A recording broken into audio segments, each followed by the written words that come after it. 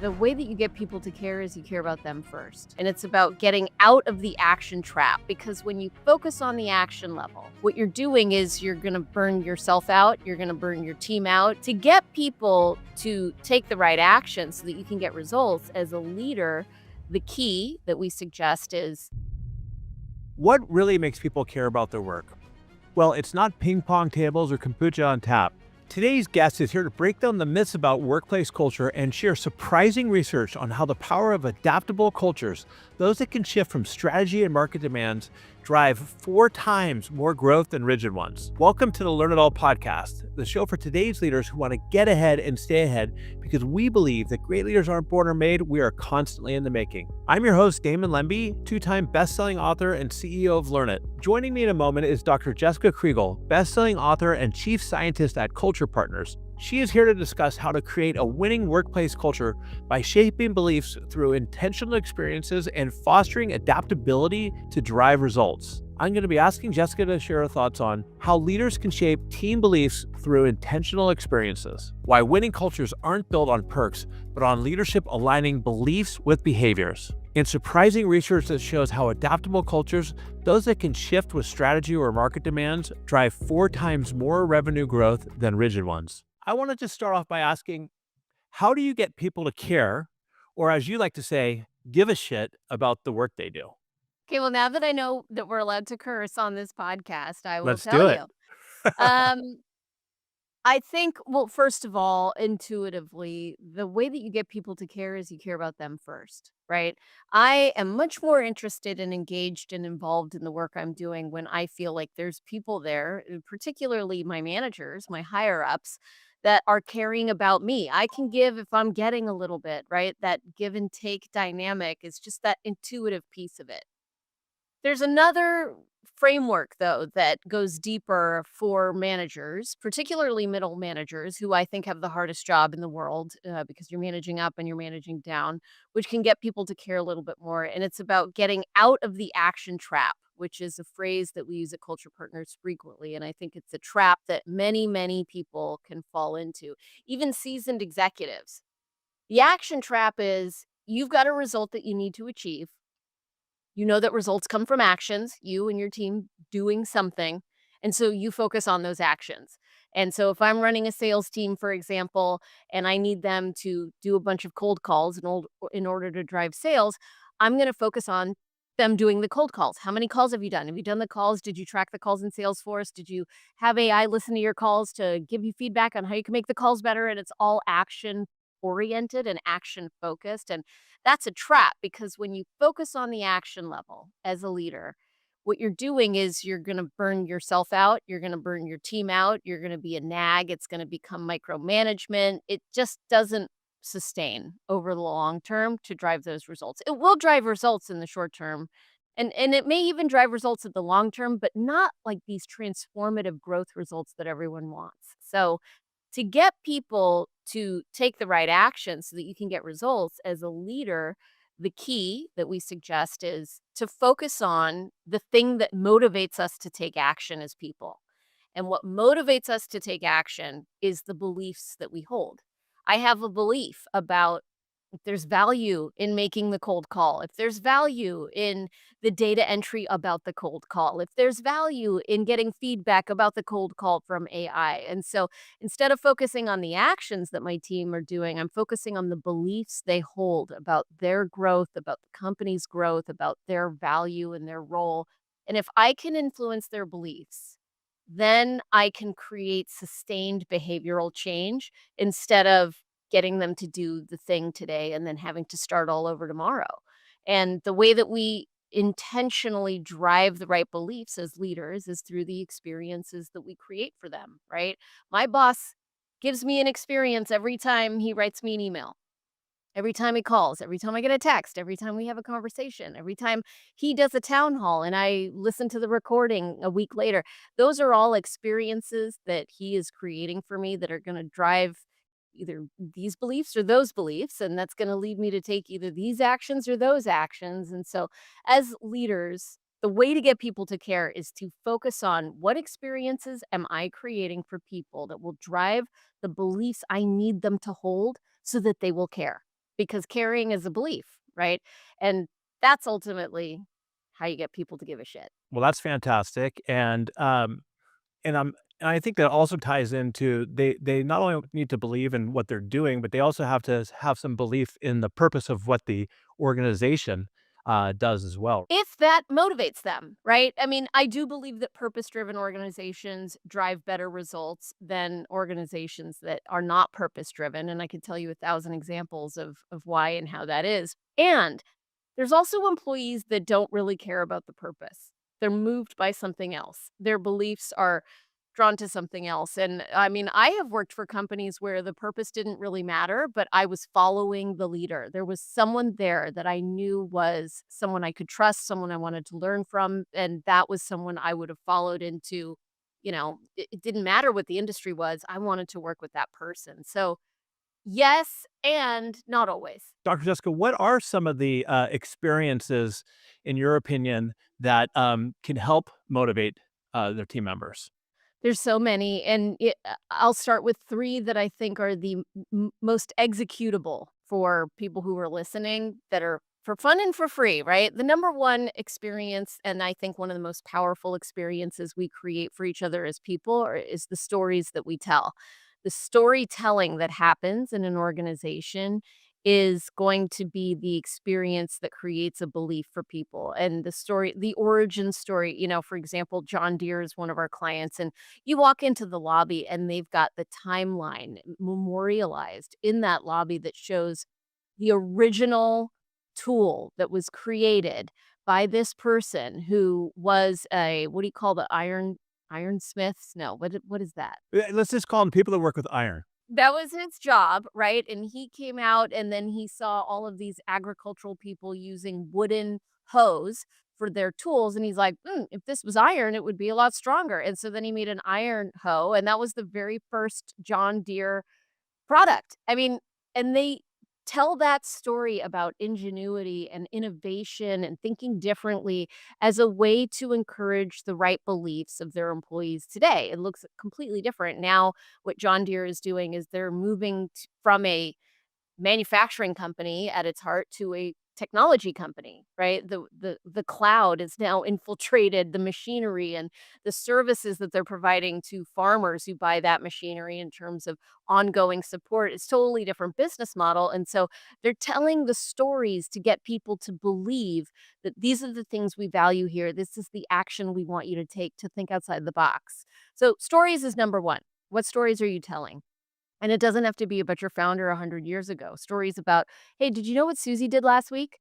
Susie was doing this, and it was a demonstration of the beliefs that we hold true here about take accountability," or whatever the belief is. And by doing that, she's gonna help us achieve our results. You tell that simple story about Susie, and it starts to connect the dots for people to realize, "Well, I could show up that way. Here's how I could do that to help drive results," right? So storytelling is number 1. Number 2 is recognition, which sometimes they're the same. That example I just gave with Susie was recognition of Susie and also a story for others to hear. So public recognition can be 2 birds with 1 stone. And then the third is feedback.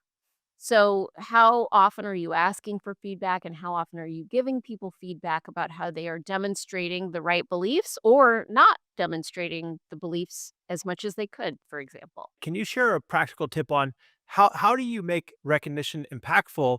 And then my second question is, can you make that work, in a from a large sense, in a large organization, throughout the organization? Yeah, absolutely. I mean, that maybe at its core is what our company helps facilitate more than anything is what is the framework and how do you scale it? Because a lot of people are good at memorializing their culture. They're not as good at operationalizing it at scale.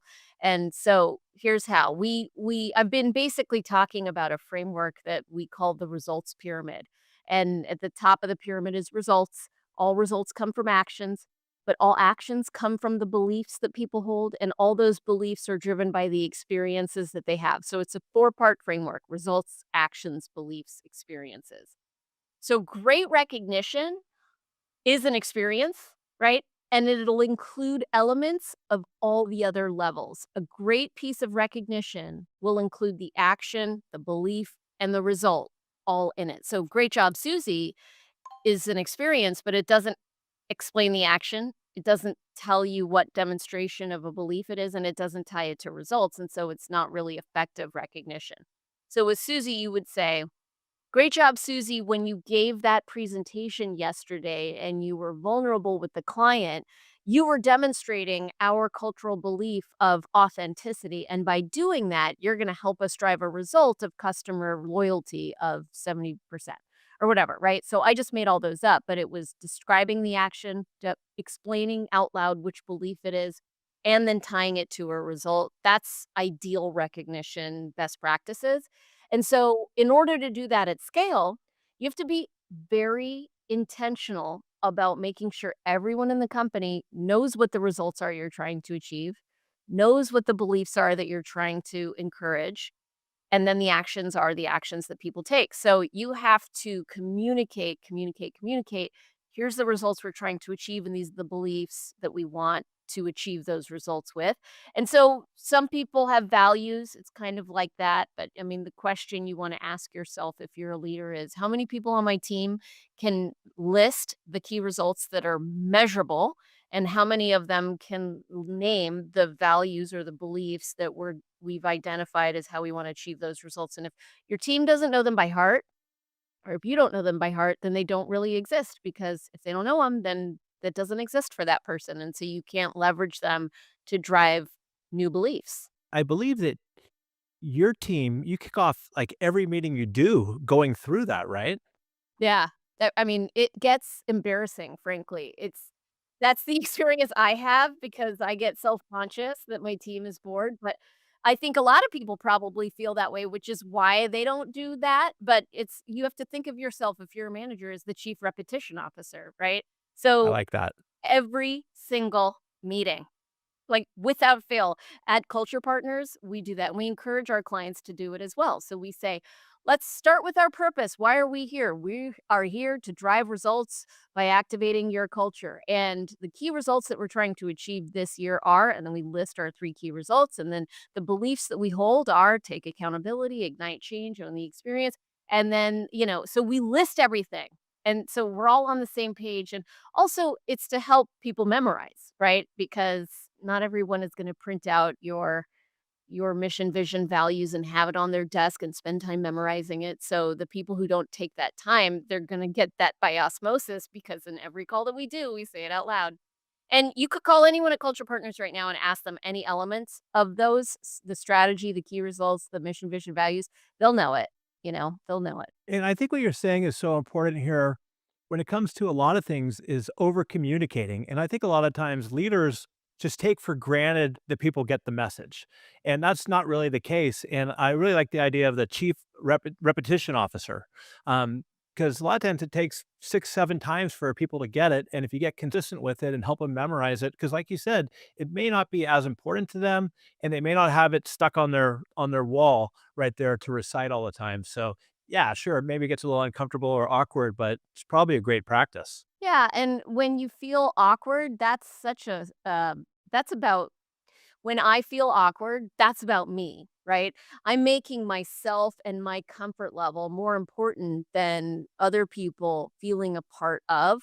And so the awkwardness that gets me to not do the work of doing the repetition is kind of selfish leadership, right? Because a great leader will say, maybe I'm going to seem silly. Maybe I'm going to feel awkward, but this is better for the team for me to do it this way. And so I'm going to do it. And ultimately, what we know about great leadership is that the greatest leaders are the least ego driven leaders because they are the ones that people want to follow. People want to follow leaders that give away credit, not leaders that take credit. And so that is the mindset thing that I think differentiates the good from the great. I couldn't agree more. I mean, great leaders are humble. Like what you're talking about, they're okay with being vulnerable and saying, "Hey, you know what? Maybe I look silly here." But people want to follow people like that because I think it builds trust. You trust the leader, and in return, they'll trust you back, and they also feel like you have their back, right? Because there's somebody out there who doesn't have an ego, and I think it's also so important, like you just said, if you have wins or successes, give that to your team, right? There's so many bad leaders. I used to be a baseball player, and I had this coach he's a big league manager now. Whenever something went well, he always took credit for it. And even worse, when shit went down, he always blamed everybody else, which didn't it created a terrible culture. Um, Speaking of culture, how do you define, in your opinion, workplace culture, and why do you think so many organizations either misunderstand it or oversimplify it? That's a great question. Well, we define culture as the way that people think and act to get results. And most people define culture as a feeling, a vibe, and then they describe how they feel when they're asked to describe their culture, or they'll describe the unique perks that Google made popular 30 years ago when they started talking about, we have bring your dog to work day, or free food in the breakout room, and kombucha on Thursdays, and Hawaiian shirt Fridays, and whatever other silly things that people describe being culture things, Yeah. right? And so it gets misunderstood because that's the way that we talk about it. That's the way everyone talks about it, like, not everyone is a cultural anthropologist, and so, it's not on them to know what culture is or necessarily, but that it's on me as someone who studies culture and is a workplace culture person to focus on that, and so I consider my job to be evangelism. I'm trying to get everyone's attention and say, there's another way of thinking about culture, and it might actually be a win-win for the business profitability and people's experiences. So, how about you think about it this way? And here are some tools you can do. And guess what? You might save some money on ping pong tables because you don't actually have to do any of that stuff. Doesn't really help. I love what you do because it's all data driven and you have facts instead of, like you said, woo woo or just feeling. So, in the research you've done, what are the type or types of cultures really helps teams win? So this was my favorite research project I ever did was partnering with Stanford last year to look at which culture wins, right? We know that culture is a lever that you can use to drive results, but we wanted to know in 35 years of our company's history, what is the most frequently requested culture from our clients and which one actually drives the most results, because we knew that just because most people want to be innovative, it doesn't necessarily mean that innovative cultures win. And so that's what we wanted to dig into. So we started by looking at the 35-year client history that we had.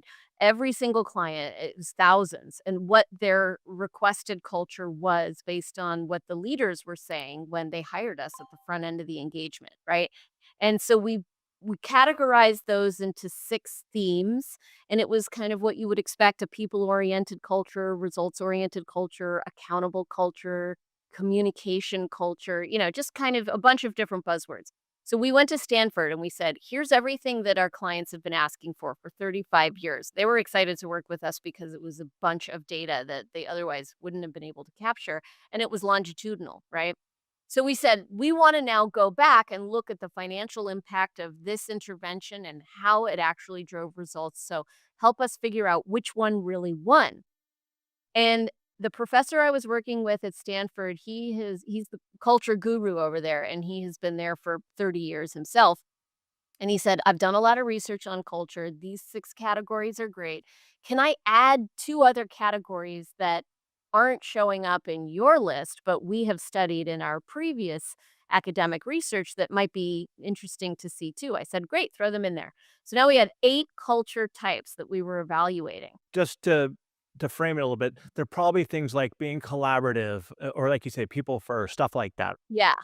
It was people first, results first, accountable culture, collaborative, which also included more communication, transparent culture, and I can't remember the other one. And then the Stanford professor added a couple more, right? Okay. And so when we get the results back, we were shocked and kind of excited because it's fun when the research surprises you, that none of the culture types that we presented that our clients requested were in the top. There was only one culture type that was significantly correlated with more revenue growth, and it was 4 times more revenue growth. So it was way significant.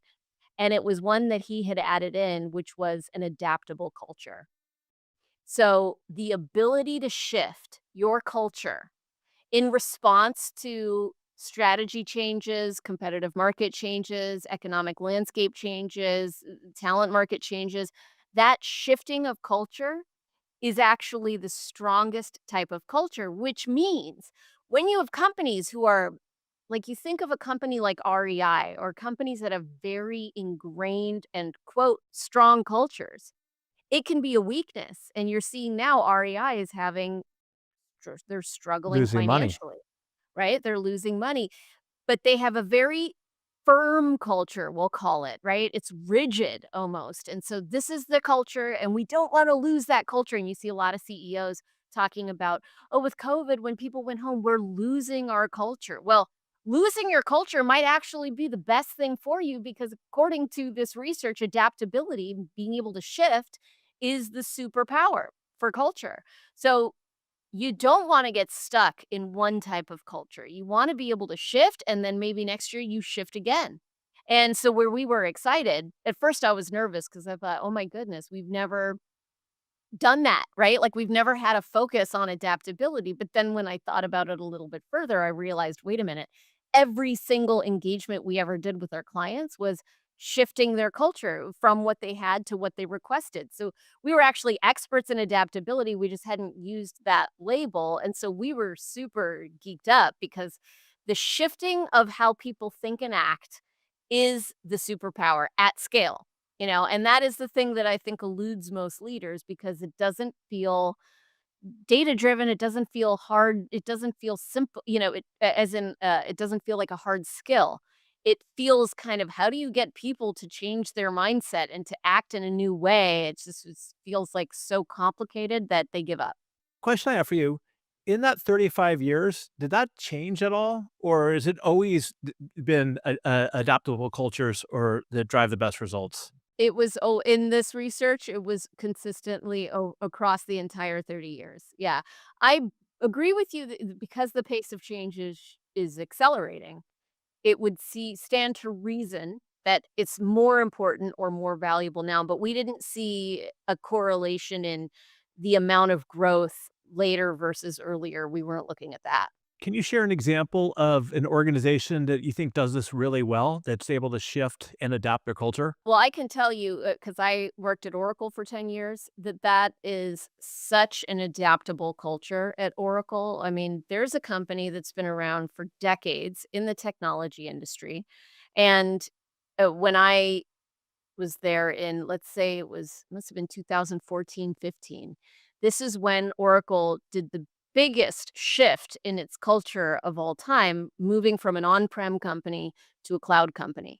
And they hired a guy named Sean Price to come in and help them. His mission was to create a cloud company out of an organization that had non-cloud DNA. At the time, it was only 5% of their revenue coming from the cloud.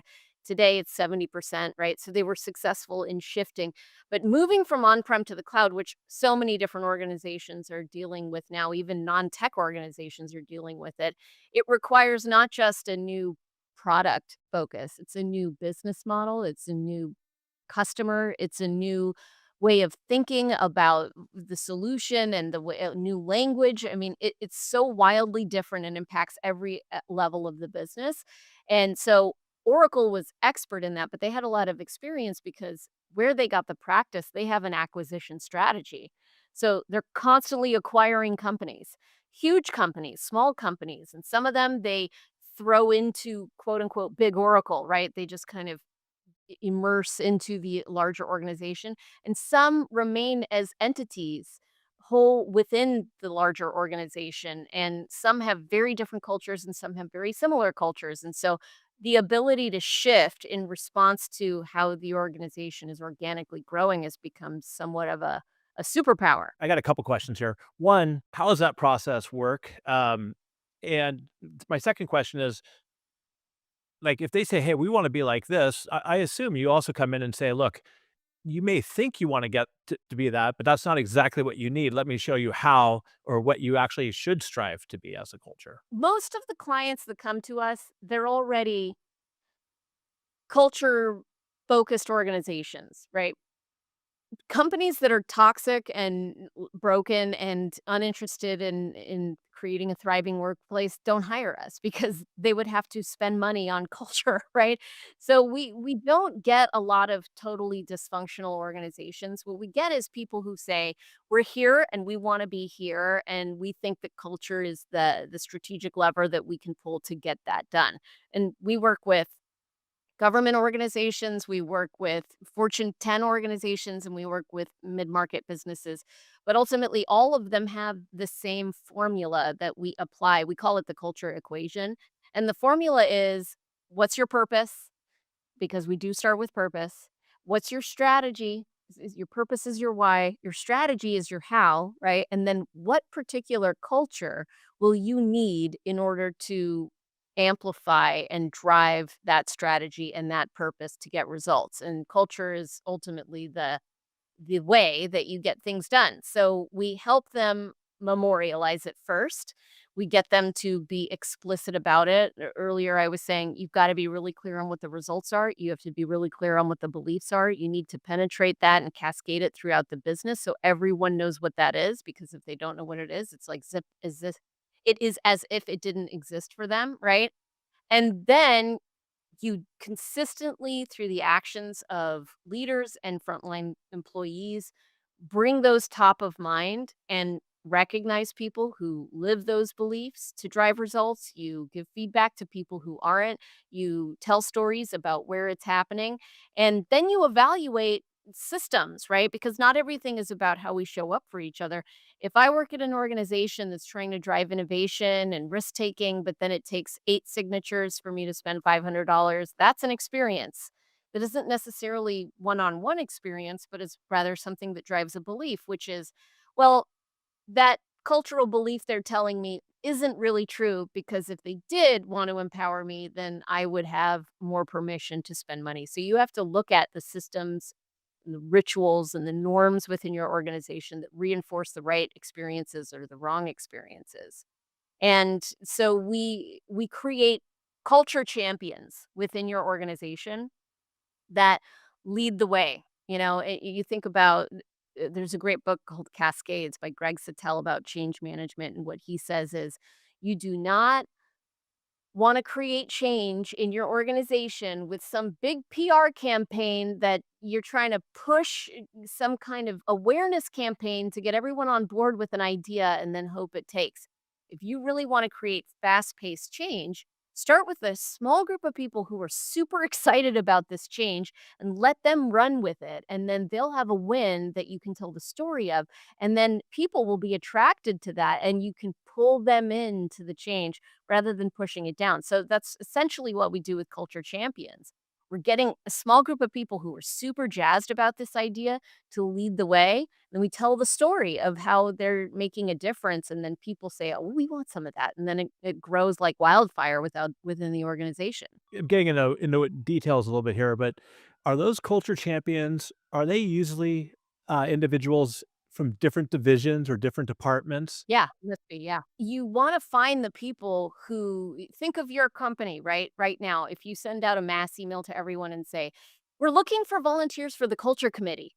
Like, there's gonna be people that roll their eyes, and then there's going to be 10 or 20 of them that will say, "That's what I wanna do," because 'cause they're passionate about that kinda thing. Start with those people. I mean, get the easy win, the low-hanging fruit. They're gonna be super jazzed about it, and when there is a roadblock or a problem or some kind of situation that would maybe halt their progress, those people are gonna be really excited about overcoming the challenge as opposed to the naysayers or the skeptics who you push this onto that says, "See, we knew it wouldn't work. There's a problem already," right?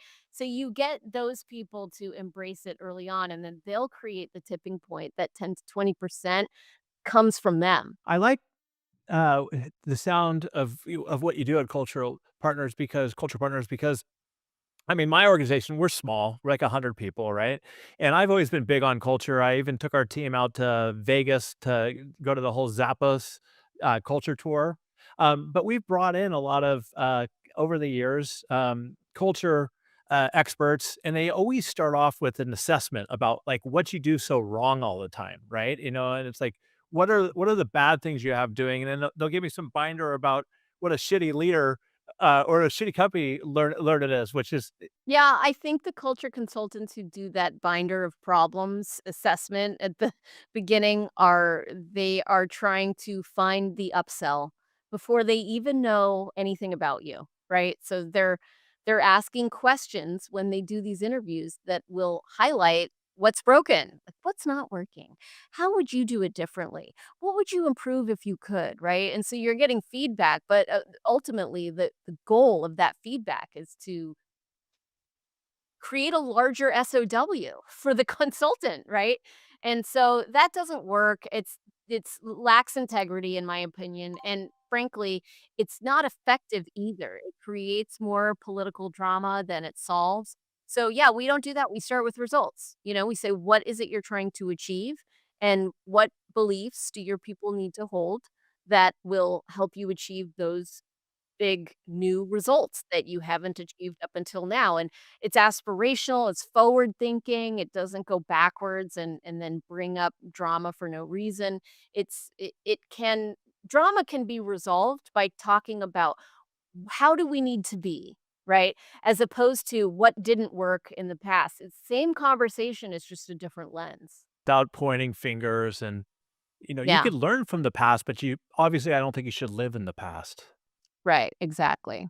So let's kind of move on to, you wrote a great book called Unfairly Labeled about generational differences.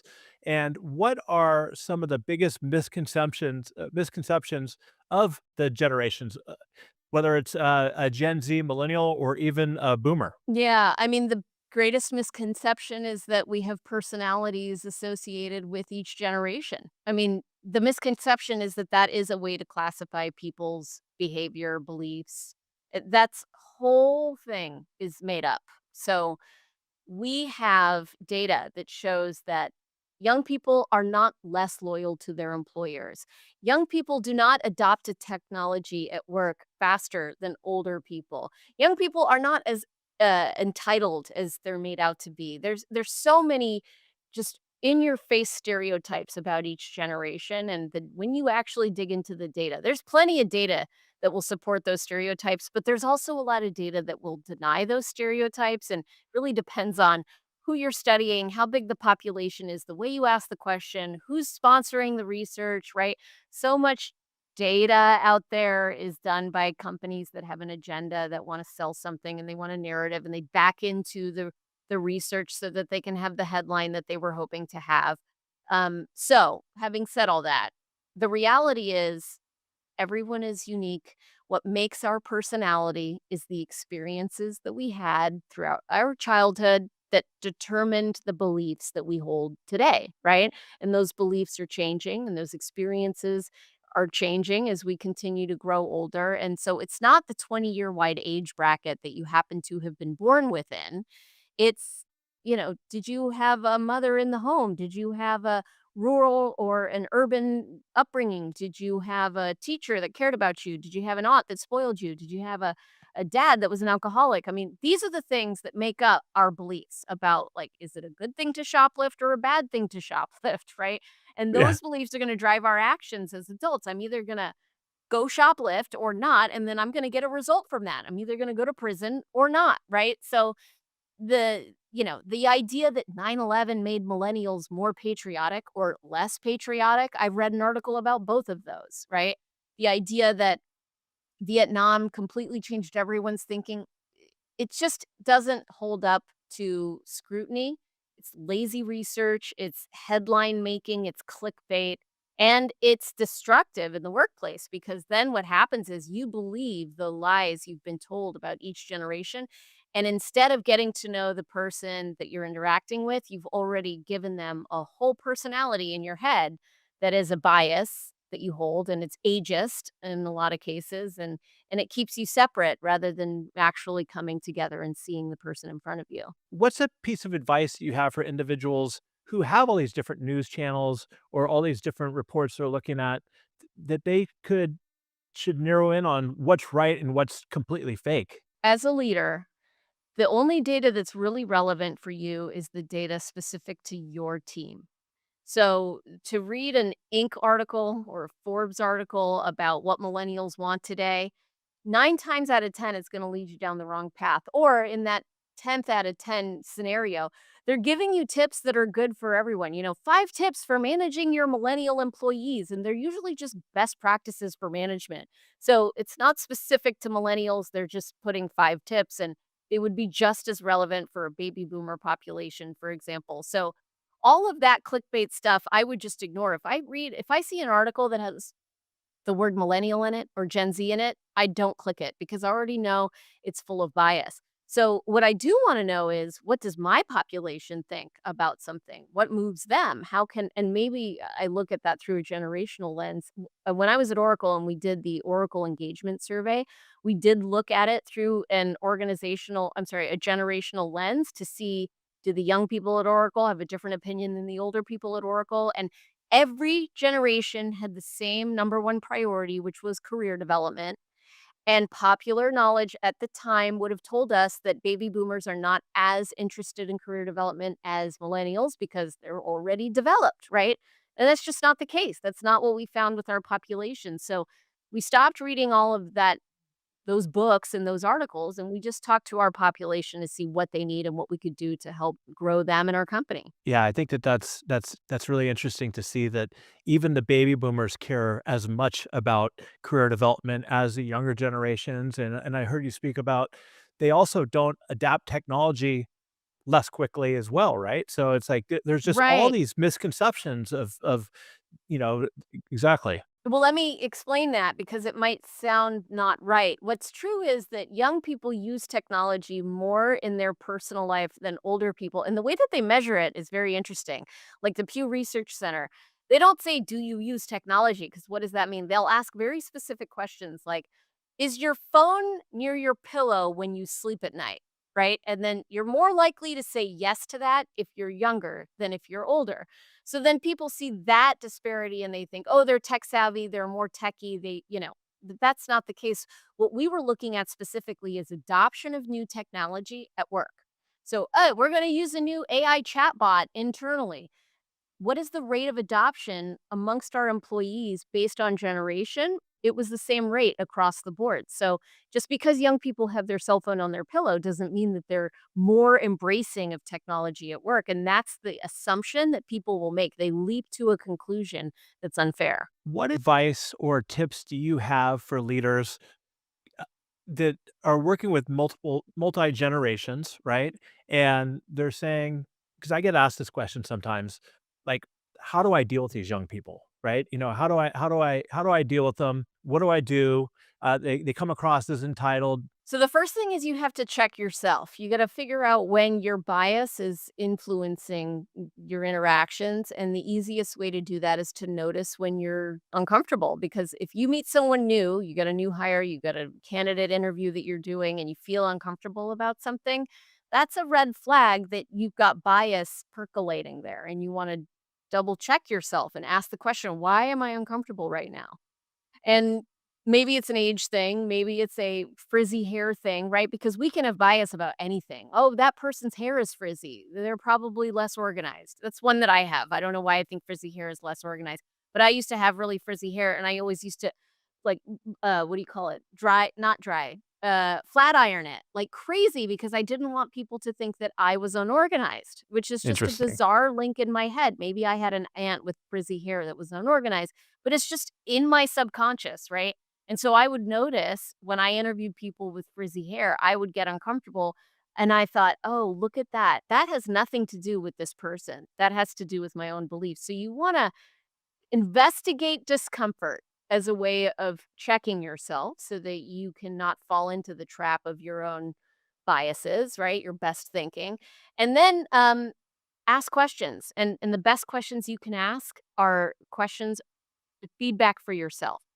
So when you're working with people, say, "What feedback do you have for me?" And hearing feedback that they have for you not only will teach you about how you can be a better leader to that person, but it also helps you understand their lens of the world and how they see things.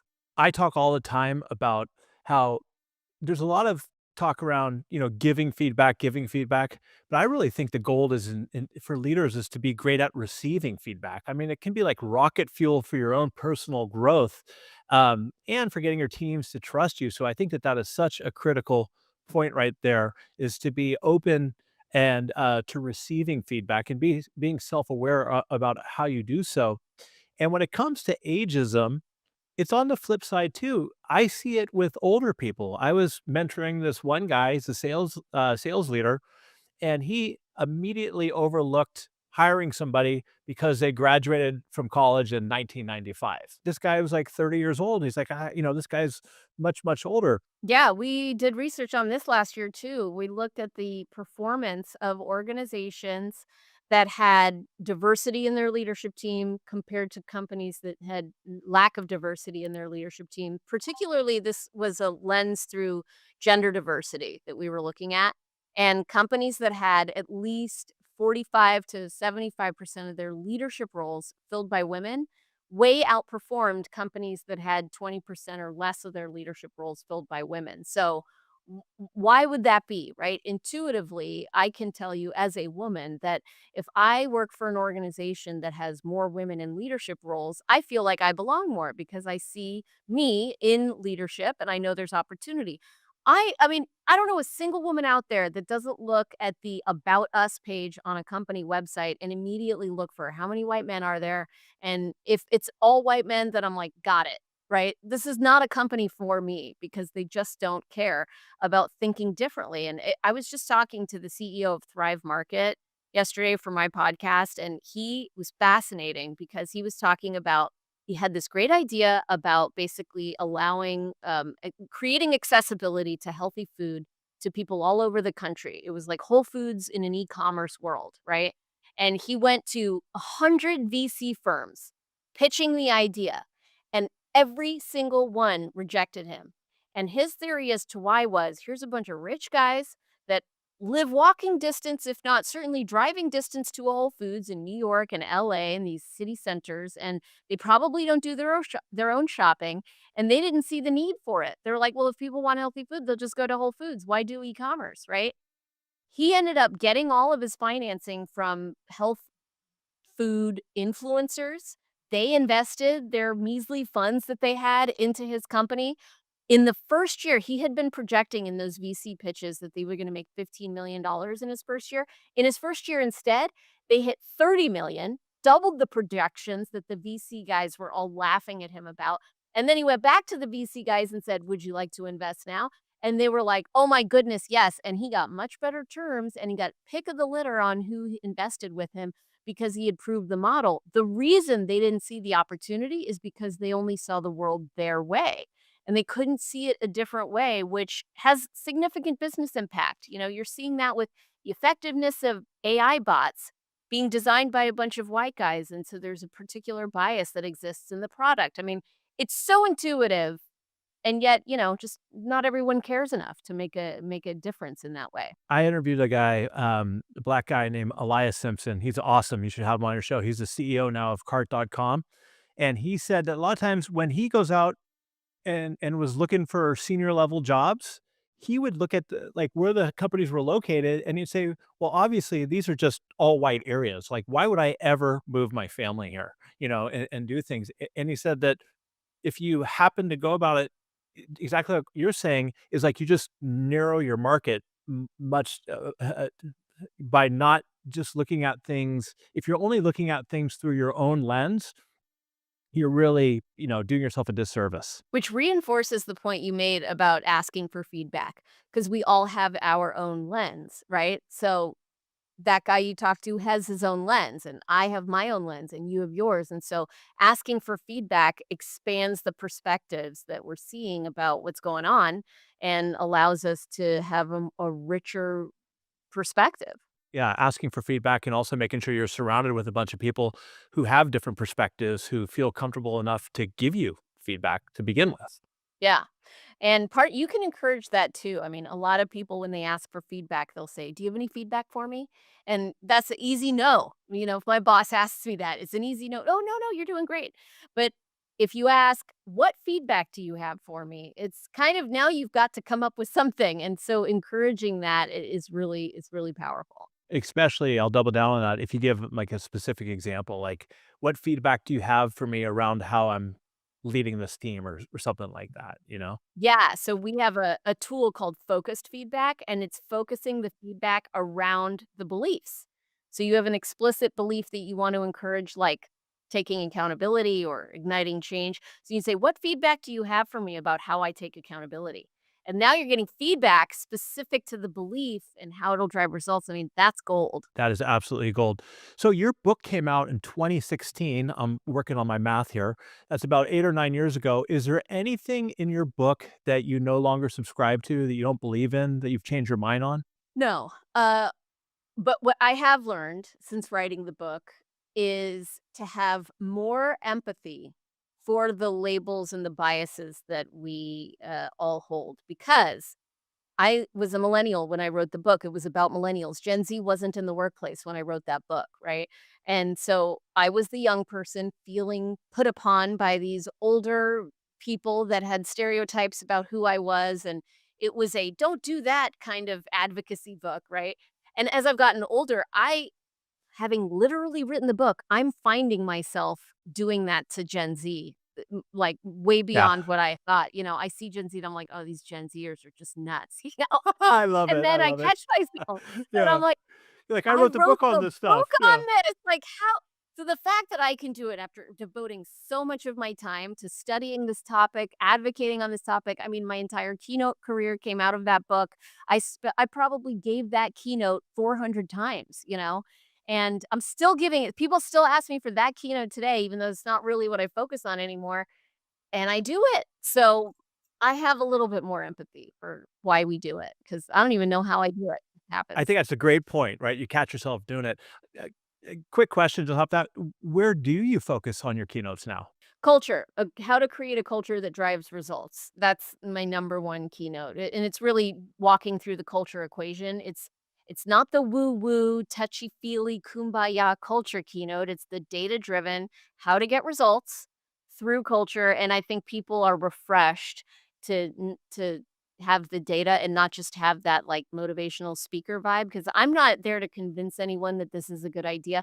I'm just gonna share the data with you, and you're gonna decide that this is what you wanna do because it makes perfect common sense once you see it in black and white. And I'm sure, I'm just guessing here, but I'm sure you talk a lot about that you can focus on people and profit at the same time. Yeah, I mean, that's my passion, right? I think that the false narrative that it's one or the other it's a challenge, and in fact, I live that challenge. As a leader, I get how hard it is, and in our company, we oscillate from a hyper focus on results to then a hyper focus on people and going back and forth and trying to find the middle ground, and so the tension is an interesting place for me to live in, and finding people who master that very thin tightrope is what I think is kind of the best way to make a difference in the world so that capitalism can work for everyone. And it's not a matter of sacrificing profits, it's a matter of being smart about how we play. Let's talk a little bit before I let you go about virtual and hybrid work, and what's the research on that compared to the in office?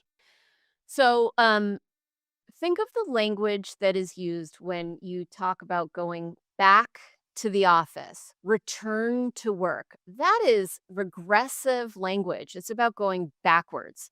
You want to go to the way that it used to be, right? And that is essentially the opposite of adaptability, of moving forward in a different way, which our research showed was the differentiator for driving results. So I believe that the people who are forcing their employees back into the office to return to the office are resisting adaptability, and they are their own worst nightmare. They're losing their culture, and we've got to save the culture.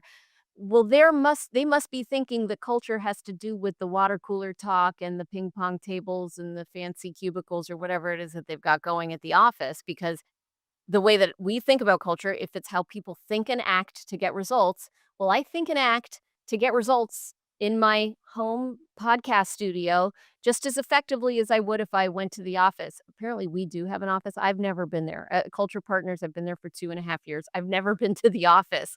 And our CEO has probably only been there a handful of times because it just doesn't serve us in the way we think and act.